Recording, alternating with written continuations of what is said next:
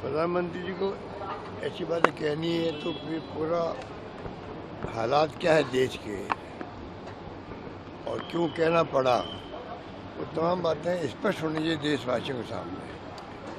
खाली उन्होंने कह दिया वे सोना मत खरीदो या विदेश मत जाओ, उसकी आलोचना ही बहुत हो रही है और मीडिया वाले आलोचना कर रहे हैं। पर मेरा मानना है कि राहुल जी ने जैसा कहा उनको गंभीरता से लेना चाहिए कि वो नेता प्रतिपक्ष है और वो कहते हैं तो सोच समझ के कहते हैं कोई बात को। और जिस प्रकार उन्होंने एकदम, या तो उनको अभी दरें बढ़ानी होगी, उनकी हवा बना रहे होंगे, ज़्यादा संभावना यही लगती है जो राहुल जी ने बहुत पहले ही कह दिया था कि चुनाव समाप्त होते ही दरें बढ़ सकती है।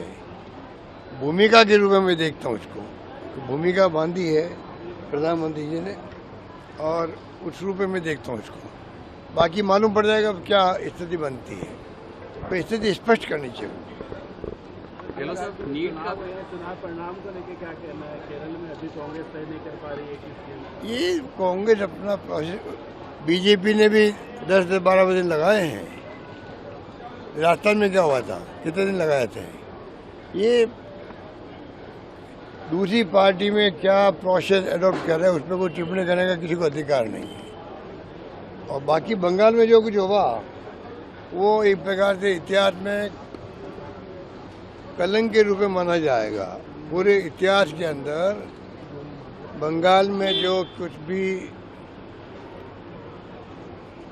तरीका अपनाया गया, जिस रूप में धन बल का प्रयोग,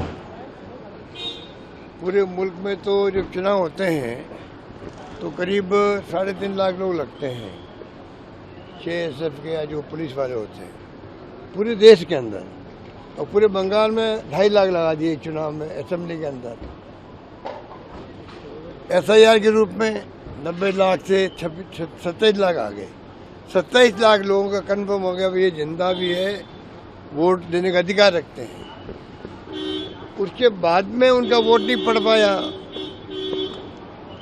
तो ये कितनी बड़ी दुर्भाग्य की बात है। एक भी अधिकार को आप कैसे, एक भी वोटर को कैसे हवाला कर सकते हो? और मैंने पहले भी कहा कि अगर ऐसी स्थिति बनी, चुनाव पोस्टपोन करना चाहिए। सर, नीट के एग्जाम में गड़बड़ी की बात, चुनाव 27 लाख लोगों का फैसला होना चाहिए। तो इस प्रकार का जो चुनाव है ना, ये डेमोक्रेसी की हत्या के बराबर है। देश नहीं दुनिया में इसकी आलोचना हो रही है।